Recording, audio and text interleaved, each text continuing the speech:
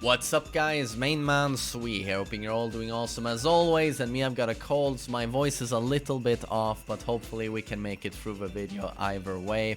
This is gonna be a pretty interesting video. You probably know that Lars is a character most people consider really bad in Tekken 7. He was buffed a little bit for Season 3, but still, you know, most people see him as bottom 5. And I actually see him as the worst character in the game these days. I feel that Gigas, in competitive play, so the highest level of play, he actually has a few basic tools that a strong player can do some great things with, I would say. Still a trash character, don't get me wrong, but I feel that Lars doesn't really have any good offensive tools like whatsoever. And this is a very important thing in a game that favors offense a lot. Movement is very restricted, so defensive play in Tekken 7, compared to the games prior to it, it's a little bit limited, and it's more so about being up close, pitbull, heavy aggression. You'll see that most characters who do really well in competitive play can be played very aggressively, you know, like Kazumi, Dragunov, Steve, Geese, you know, just, well, put all of those characters in there. But Lars, his offensive gameplay just doesn't work at all, and I'm gonna show you guys the stuff with Gigas. I'm gonna switch to Gigas towards the end of the video, and you'll see what I'm talking about in terms of basic tools with Gigas that probably do well in competitive play. It's worth mentioning that Gigas actually has had some tournament success, limited, but he's had some, whereas Lars, not so much. But so what makes Lars so terrible? Well, you know what? Let's start with the good stuff, and let's compare him to Gigas. Gigas has useless movement. He has a very big hurt box, big as a house, terrible sidestep. Lars' sidestep is actually not very good either. You'd think, oh, come on, he's so slender and athletic. Look at this. He should be super fast, but nah, sluggish sidestep. Backdash, not too impressive either, but when it comes to block punishment, he actually does pretty well.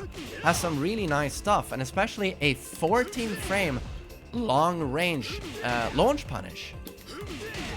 That's really good, and it deals a lot of damage, allows us to bound, you see? And you think there, well, come on, of course a launcher allows you to bound, main man. Not always the case with Lars. You'll see how terrible his damage is. But, so block punishment is actually pretty nice, 14-frame launcher. And while standing also works well. Back 3-4, 17-frame, super long-range block punish. So when you block a Paul Death Fist, even from max range, this will punish him. Honestly, this move is really cool. So, that's the good stuff. Now let's go towards the offense. His best move in Tekken 6 and Tag 2 was his ult down for 2. In Season 3 they gave it back from crouching. Not as good. Really good if you'd had it from neutral. They would have just given him back his ult down for 2. But unfortunately they gave it to him in crouching. And the down for 2 replacement, you know, for the standing down for 2, it's literally terrible. It's completely useless. His ult down for 2 was his best move. Long range mid counter hit launcher that is safe, and that's exactly what the character needs. That was the key to his offense.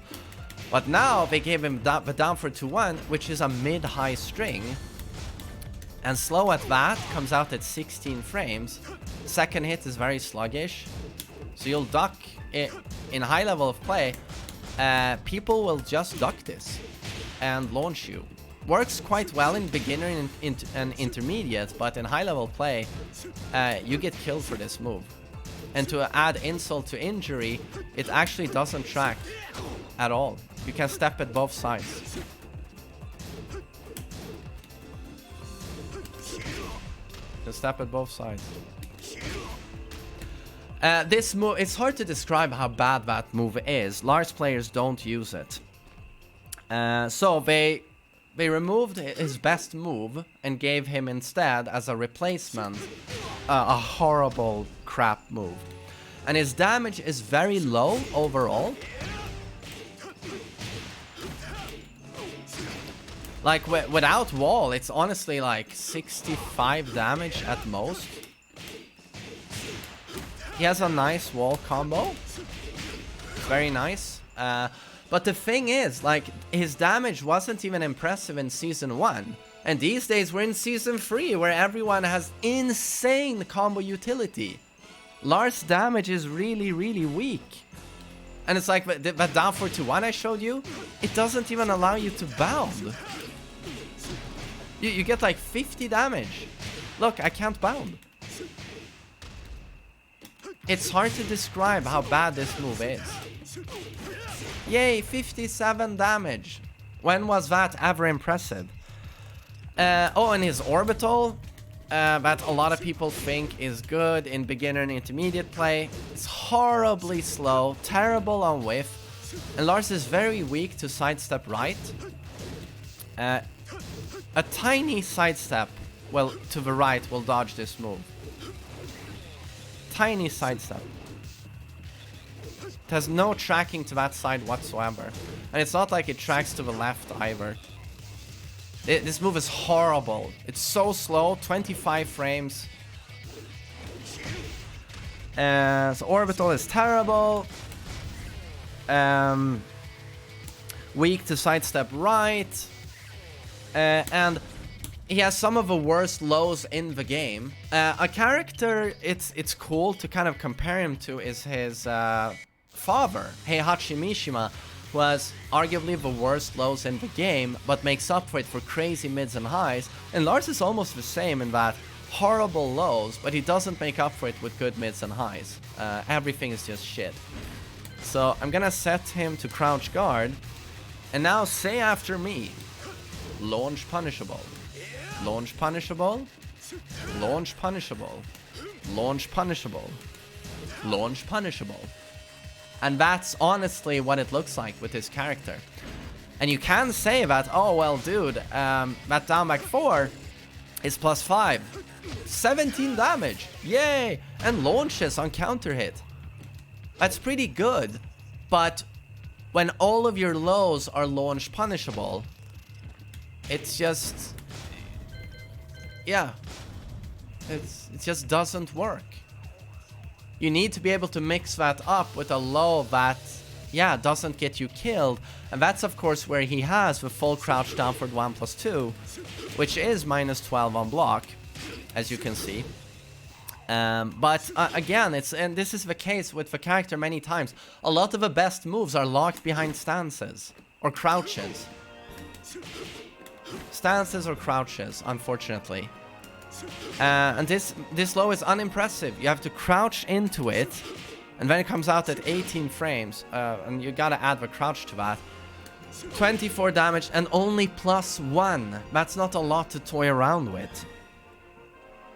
And down 1+2 is a joke. The Hell Sweep gives you +3 on damage, but it comes out, it's so slow, 21 frames, and that's the animation alone. You have to do a forward into it. And the mids are rather mediocre. He has a back 4, which is safe at -8. Comes out at 15, but on counter it gives you this, and that doesn't give you Oki, but 50 damage. But it would have been so great if that would have been a counter hit launcher instead. It just doesn't hold up to compare to what the other characters can do. Forward 1+2 is actually a counter hit launcher. On a normal hit, it knocks down. Safe on block at -11. Well, safe, some characters can punish that. But the pushback will make it safe against 90% of characters or 95% of characters. That launches on counter hit, but again, does not allow you to bound. So again, limited damage. 59. It's not godlike, to say the least. And unfortunately, 16 frames animation, and again, locked behind a forward input, unfortunately. Back 1+2 is a homing, -11. Back 1 is one of his best moves, actually. -9, long range, mid homing, safe. Yeah, -9, obviously. I like this move. Knocks down on counter hit. That's one of the moves I really like with Lars. Down 2 is a decent mid as well. Neutral on block. Knock down on counter hit. Down back to 1 is a nice poke, but -8 on block. And just to summarize Lars and the properties of his moves and his frames, is his down forward 4, which is the worst down forward 4 in the game, I think. Comes out at 15 frames. Usually these types of moves are like 12, 13 or 14. This one is 15. And it's +2 on hit and -8 on block. So not only is it much lower than most similar moves, most moves of this type, but it's also way worse on hit and way worse on block. And that just summarizes Lars very, very neatly, in my opinion. And again, you have decent lows and moves locked behind stances, so they're hard to access, and that includes his rage drive. And again, I just want to stress, like, very weak to sidestepping right. You get punished so badly, and your moves just lack good properties. Jab doesn't have very good range. His down forward 1 is pretty decent though. And in terms of throws, you only have 1+2 breaks, be it Shining Wizard or up forward 1+2. So overall, like, offensively, this character is not very good at all. He takes huge risks, he's very steppable, and he's very punishable, and he has bad frames. Now, let me load up everyone's favorite big boy, Gigas. And I'm gonna try and explain why he actually has some basic tools that work well in high-level play. And first off, we have a jab that has incredible range. It's hard to compare it to any other jab. Great range. A good player can do some very interesting stuff with this. And note that this, of course, translates into his 1-2 punish. 31 damage knockdown. Such a reliable punisher. And obviously a golden little tool to have in high-level play. Also, long-range jab. And a down forward 1 that hits basically across the stage. See? Super long range. So that's something, that's a very strong tool. You know, it's very basic, but again, like, a very solid player can do some great things with that. And then we have a down back 2, which is not amazing, but it is a proper low. It builds momentum. It does give Gigas +3. Does a chunk of damage, does 20 damage. On counter hit, knocks down for a guaranteed follow-up. This is a pretty decent low. And on block, it's -14. It's not launch punishable. Well, by most of a cast, obviously. And then we have upward 3. Oh god, my voice. Which is pretty decent at -3. Low crush. Comes out at 20 frames. Counter hit launcher. And a normal hit, +6. Decent tool. Yeah, some decent strings in 4-2-1. 4-2 down 1 into Goliath, where we can do at least some mix-ups. Again, just like Lars, only 1+2 break throws. But Gigas has access to the overkill, which does, if it does connect, 1,000,000 damage. And a smart player can do some pretty interesting attacks into this throw, some setups for this throw. And so that's worth noting.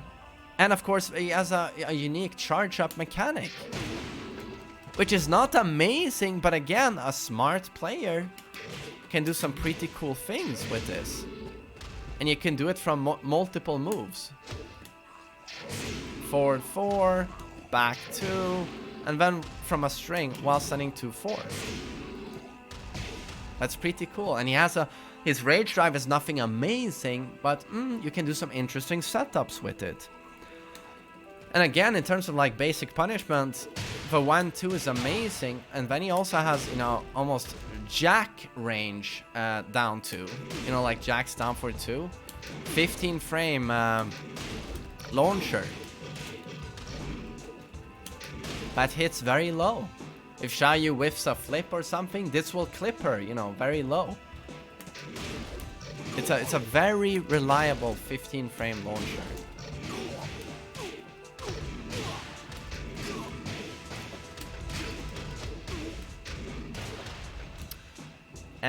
So yeah, like in terms of just these basic tools, you can see some really good Gigas players do really well with these.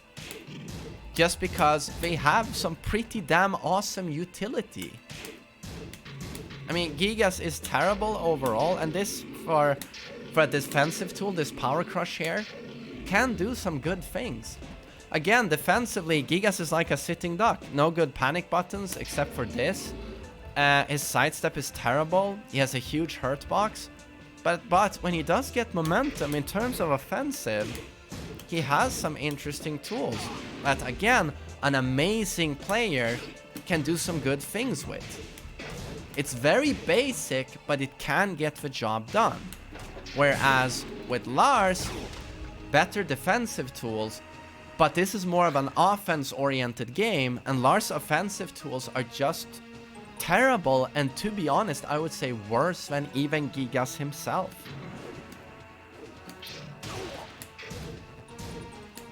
+4, but yeah, super slow.